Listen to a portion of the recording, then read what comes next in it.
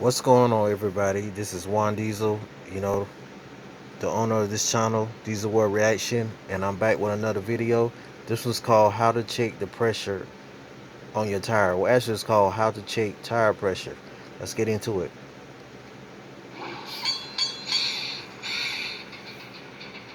Hey everybody, Jeremy here from O'Reilly Auto Parts to show you how to check your tire pressure. Proper tire inflation can affect everything from the longevity of your tires to your fuel economy, so it's an important thing to check on a monthly basis. It's also a good idea to check when temperatures have fluctuated significantly before road trips or anytime your vehicle is loaded down more than usual. Your vehicle's manufacturer will recommend an ideal tire pressure for your vehicle, which you can usually find on the label on the driver's door or door jamb or in your owner's manual.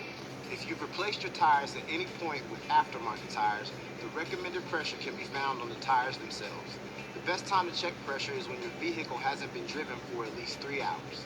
The only thing you'll need is a tire pressure gauge, and there are 3 basic types to choose from: the pencil type, the dial type, and the digital. You can keep a gauge in your glove box for easy access.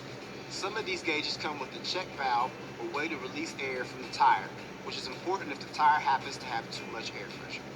Whichever you choose, you'll start by turning the tire's valve stem cap counterclockwise to remove it. Then press the opening on your gauge onto the valve stem until the hissing stops, making sure that it stays straight. The pencil type will reveal a number as the air in your tire causes it to extend.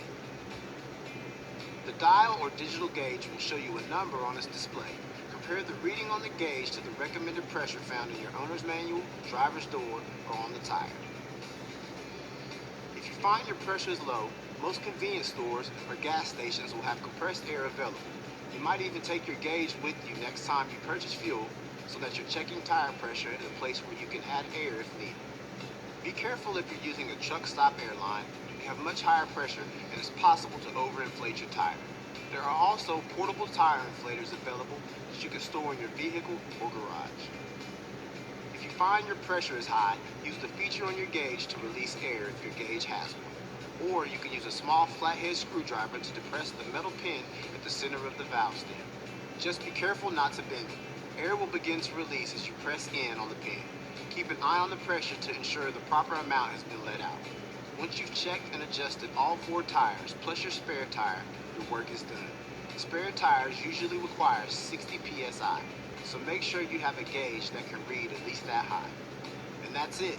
You'll find everything you need for this and other jobs at your local O'Reilly Auto Parts store or O'ReillyAuto.com.